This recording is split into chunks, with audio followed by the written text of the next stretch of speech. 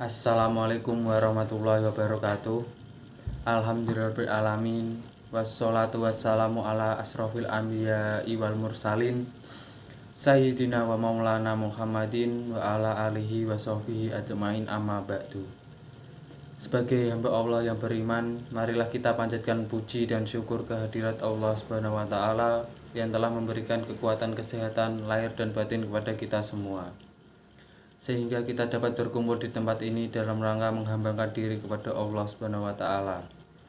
Sholawat dan salam tidak lupa kita kirimkan kepada junjungan kita Nabi Muhammad SAW yang telah menghantarkan umat manusia dari peradaban kehidupan yang jahiliyah menuju pada peradaban kehidupan yang modern, yang penuh dengan kemajuan ilmu pengetahuan dan teknologi seperti yang kita rasakan pada saat ini.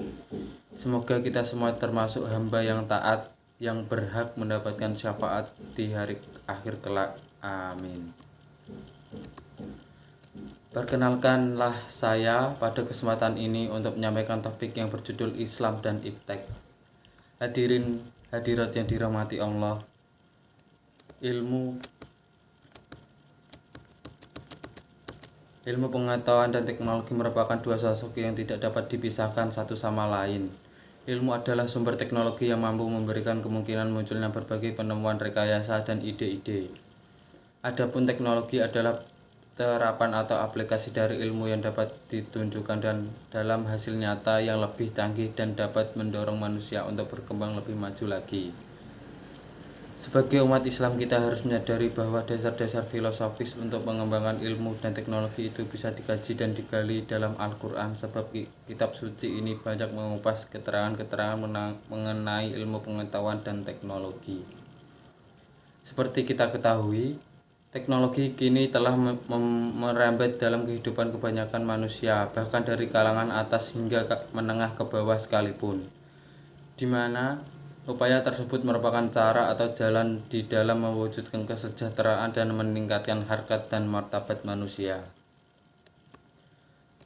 Hadirin dan hadirat yang berbahagia, setiap manusia diberikan hidayah dari Allah Subhanahu wa taala berupa alat untuk mencapai dan membuka kebenaran. Hidayah tersebut adalah: 1. Indra untuk menangkap kebenaran fisik, 2. Naluri untuk mempertahankan hidup dan kelangsungan hidup manusia secara pribadi maupun sosial, yang ketiga pikiran atau kemampuan rasional yang mampu mengembangkan kemampuan 3 jenis pengetahuan: akali atau pengetahuan biasa, ilmiah, dan filsafis.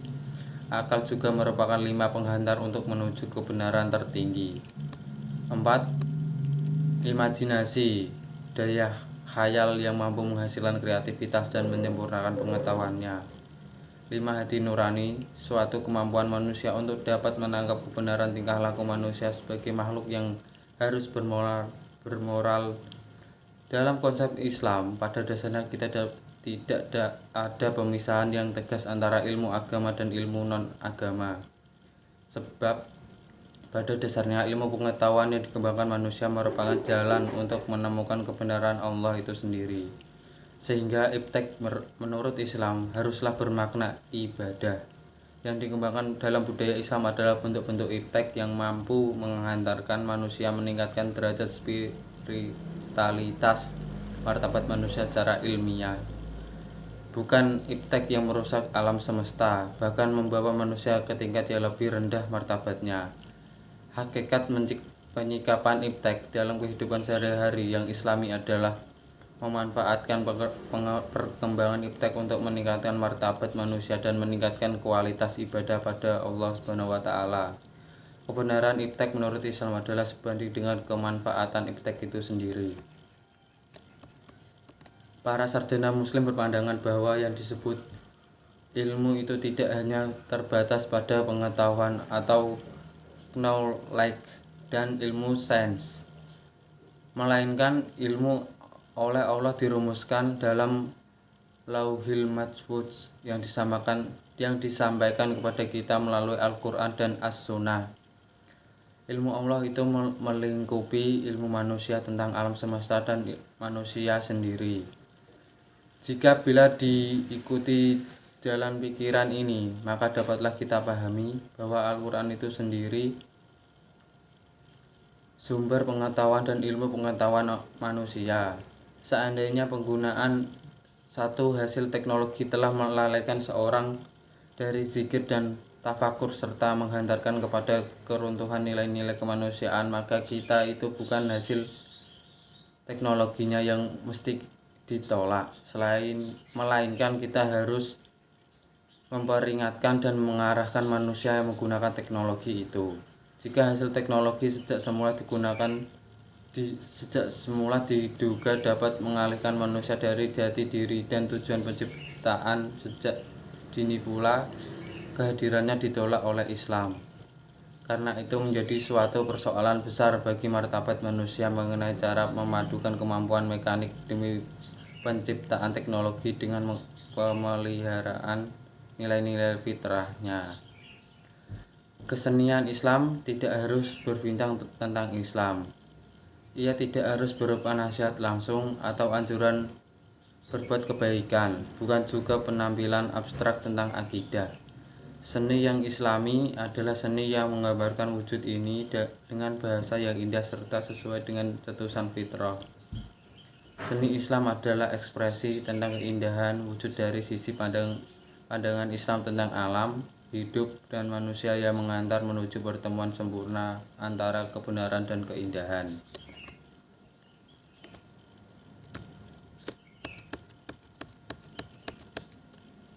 Secara lebih spesifik, integrasi pendidikan IPTEK dan IMTAK ini diperlukan karena 4 alasan. Pertama, IPTEK akan memberikan berkah dan manfaat yang sangat besar bagi kesejahteraan hidup umat manusia bila IPTEK disertai oleh asas imam dan takwa kepada Allah Subhanahu wa taala.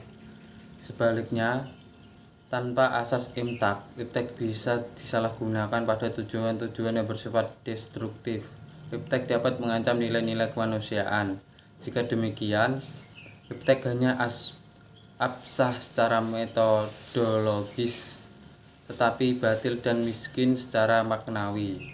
Kedua, pada kenyataannya, IPTEK yang menjadi dasar modernisme telah menimbulkan pola dan gaya hidup baru yang bersifat sekularistik, materialistik, dan hedonistik yang sangat berlawanan dengan nilai-nilai budaya dan agama yang dianut oleh bangsa kita.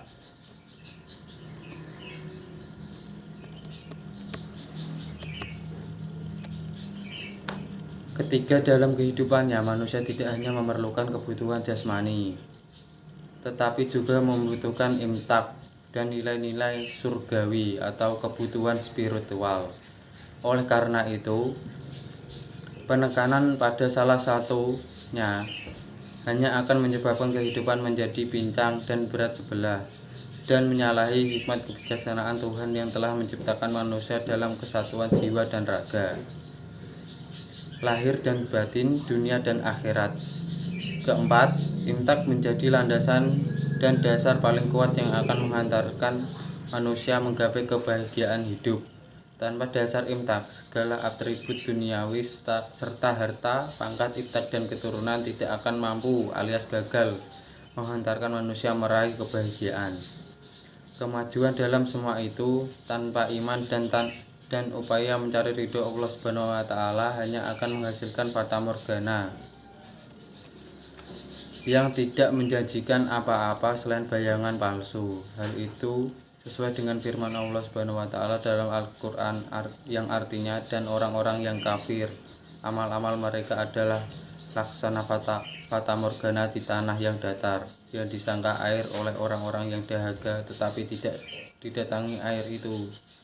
Dia tidak mendapatinya sesuatu apapun, dan didapatinya atau ketetapan Allah di sisinya. Lalu Allah memberikan kepadanya perhitungan amal-amal dengan cukup, dan Allah adalah sangat cepat perhitungannya. Quran Surah An-Nur ayat 39. Dengan demikian, integrasi IPTEK dan IMTAK harus diupayakan dalam format yang tepat sehingga keduanya berjalan seimbang dan dapat menghantarkan kita meraih kebahagiaan dunia dan kebaikan akhirat serta doa yang setiap saat kita panjatkan kepada Allah Subhanahu wa taala. Terdapat Kutipan surah wa minhum may yaqulu rabbana atina fid dunya hasanah wa fil akhirati hasanah wa qina adzabannar. Yang artinya, ya Tuhan kami, berikanlah kami kebahagiaan di dunia dan kebaikan di akhirat, dan peliharalah kami dari siksa api neraka. Quran Surah Al-Baqarah ayat 201. Sehubung dengan alasan yang disebutkan di atas, maka perlu dikembangkan usaha perbaikan yang lebih mendasar terhadap pendekatan dan metode pembelajaran. Misalnya usaha-usaha yang berhubungan dengan psikologi belajar, mengintensifkan program IMTAK di sekolah-sekolah. Salah satunya dapat dilakukan dengan mengintegrasikan nilai-nilai agama ke dalam setiap mata pelajaran. Dengan kata lain, model pembelajaran harus memadukan antara IPTEK dan dengan IMTAK. Kemajuan IPTEK merupakan tantangan yang besar bagi kita. Apakah kita sanggup atau tidak menghadapi tantangan ini tergantung pada kesiapan pribadi masing-masing. Perkembangan IPTEK adalah hasil dari segala langkah atau pemikiran untuk memperluas, memperdalam, dan mengembangkan IPTEK. Maka dari itu, peran Islam yang utama dalam perkembangan IPTEK setidaknya ada dua. Pertama, menjadikan akidah Islam sebagai paradigma pemikiran dan ilmu pengetahuan. Kedua, menjadikan syariah Islam sebagai standar penggunaan IPTEK. Jadi syariah Islamlah, bukannya standar manfaat atau utilitarianisme yang seharusnya dijadikan tolak ukur umat manusia dalam mengaplikasikan IPTEK.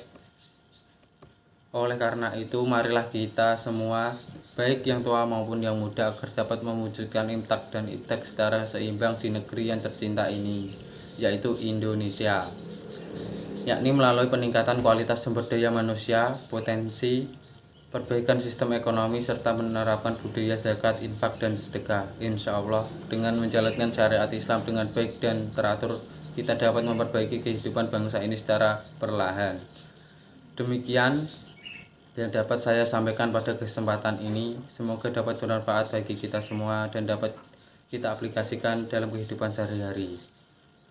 Lebih dan kurangnya mohon dimaafkan. Yang benar datangnya atas bimbingan Allah Subhanahu wa taala yang Maha benar. Dan yang salah, khilaf atau keliru itu datangnya dari saya pribadi sebagai umat manusia yang biasa yang tidak pernah luput dari salah dan khilaf dan dosa. Akhirul kalam, subhanallahu wa bihamdika, asyhadu alla ilaha illa anta, astaghfiruka wa atubu ilaih. Wassalamu wallahul muwafiq ila aqwamit har. Wassalamualaikum warahmatullahi wabarakatuh.